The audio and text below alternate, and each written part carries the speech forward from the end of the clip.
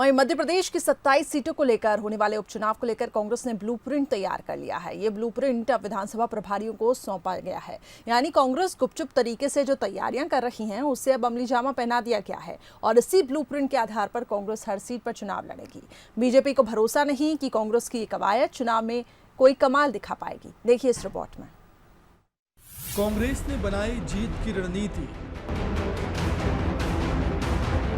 विधानसभा प्रभारियों के हाथों में पहुंचा ब्लूप्रिंट। प्रत्याशी चयन से लेकर हर जानकारी दर्ज। बीजेपी ने कांग्रेस की रणनीति पर कसा तंज।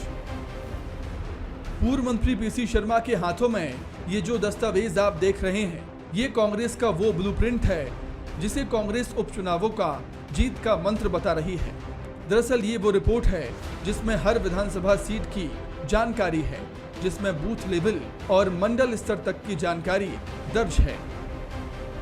सभी सीटों के सर्वे हो गए और सर्वे एक एक नहीं तीन सर्वे कराए, तो एक एक बूथ की जानकारी उस सर्वे के माध्यम से मिलेंगे। ये हमको मिल गया है और इसके आधार पर हम लोग पूरी तैयारी करेंगे। जहाँ कमज़ोर स्थितियाँ होंगी इससे ज़्यादा नहीं दिखा पाएंगे, जो कमज़ोर स्थितियाँ होगी उनको हम लोग ठीक करेंगे और सर्वे के आधार पे कैंडिडेट सेलेक्ट हो रहे हैं। और टैग लाइन हमारी ये रहेगी 15 साल बीजेपी के और 15 महीने कमलनाथ जी के। बिकाऊ नहीं, टिकाऊ चाहिए। एक बार फिर कमलनाथ सरकार चाहिए।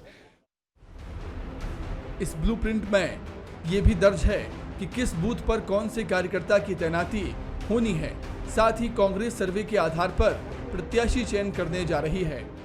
कांग्रेस के नेताओं का दावा है कि सर्वे रिपोर्ट में बीजेपी की हालत पतली है और दावा तो ये भी है कि आरएसएस ने भी जो सर्वे करवाया है उसमें बीजेपी हारती हुई नजर आ रही है।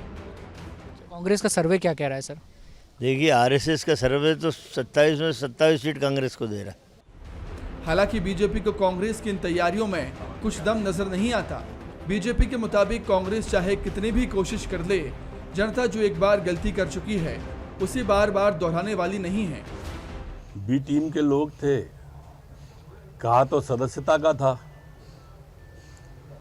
और कह रहे थे कि कमलनाथ जी की आंधी चल रही थी।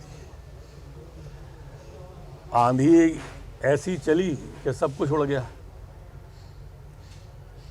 वो आंधी अपनी सरकार कोई उड़ा ले गई, बमंडर हो गया, लांगूट बन गया वो।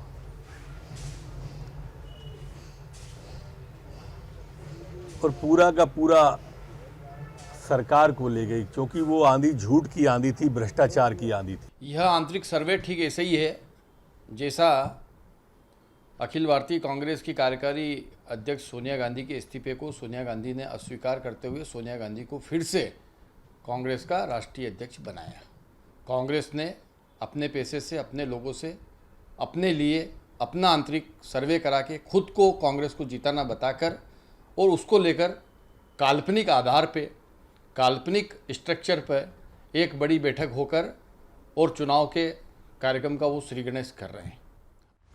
बहरहाल कांग्रेस को अपनी तैयारियों पर भरोसा है। खुद कमलनाथ ने पिछले 4 महीने में हर विधानसभा सीट के कार्यकर्ता से मुलाकात कर इस रणनीति को अमली जामा पहनाया है। ऐसे में कांग्रेस को यकीन है कि भले ही वो अभी प्रचार में बीजेपी जैसा प्रदर्शन नहीं कर पा रही है, लेकिन जमीनी स्तर पर वो मजबूती का दावा कर रही है। यदि ये दावा वाकई में सच है तो बीजेपी को जमीनी स्तर पर कड़ी टक्कर मिलेगी, इसमें कोई संदेह नहीं।